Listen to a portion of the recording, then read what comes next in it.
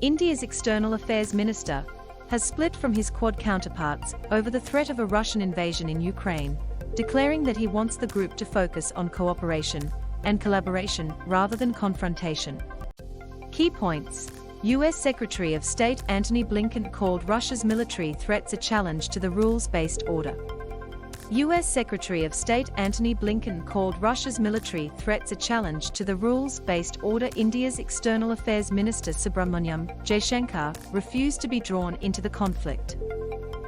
India's External Affairs Minister Subrahmanyam Jashankar refused to be drawn into the conflict. Australia's Foreign Affairs Minister Marise Payne took aim at China and Russia's No Limits partnership. Foreign ministers from India, Australia, Japan and the United States met in Melbourne on Friday to discuss how they could coordinate efforts on a vast range of areas, including maritime security, pandemic recovery, vaccination, cybersecurity and global supply chain challenges. However, the ministers also discussed the looming crisis in Ukraine, with U.S. Secretary of State Antony Blinken calling Russia's military threats a challenge to the rules-based order, and saying it mattered to the Quad even though it was half a world away. What's at stake is not simply, as important as it is, Ukraine's territorial integrity and sovereignty independence, but very basic principles, he told reporters after the meeting, Mr. Blinken said. Principles like one country cannot simply change the borders of another by force. Principles like one country can't simply dictate to another its choices, its policies, or with whom it will associate. If we allow those principles to be challenged with impunity, even if it's half a world away in Europe, that will have an impact here as well. U.S. Secretary of State Antony Blinken says Russia's military threats to Ukraine matter to the Quad, even though it is half a world away. Reuters, Kevin Lamar Q. However, India's External Affairs Minister, Subrahmanyam Jashankar, pointedly refused to be drawn into the conflict. I would just add that, as my colleagues have observed, we are for something not against someone, he told the press conference. If the four of us cooperate practically and efficiently, I think the world will be a much better place. India's position is unsurprising.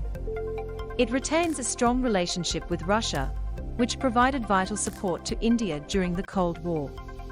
Moscow also still sells large quantities of military equipment to New Delhi, and the two countries maintain deep defense ties.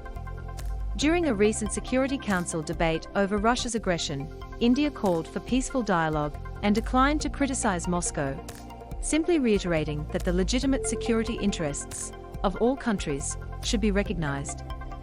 Loading. Australia, Japan criticized China and Russia.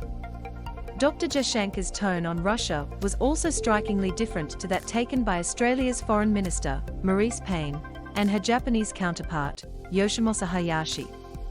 Senator Payne took aim at the No Limits partnership unveiled earlier this month by China and Russia. Analysts say the new agreement signals that both authoritarian states are intent on undermining the legitimacy of liberal democracy and US-led military alliances. Senator Payne said Russia and China's vision was antithetical to those of liberal democracies. It is concerning because it doesn't present a global order which squares with those ambitions for freedom and openness and sovereignty, she said. But the four countries have still found common ground across a vast range of other topics, and vowed to intensify efforts to preserve maritime security and roll out COVID-19 vaccines. Mr. Hayashi said all four countries would work together to counter the challenges to maritime security posed by China in the South and East China Seas.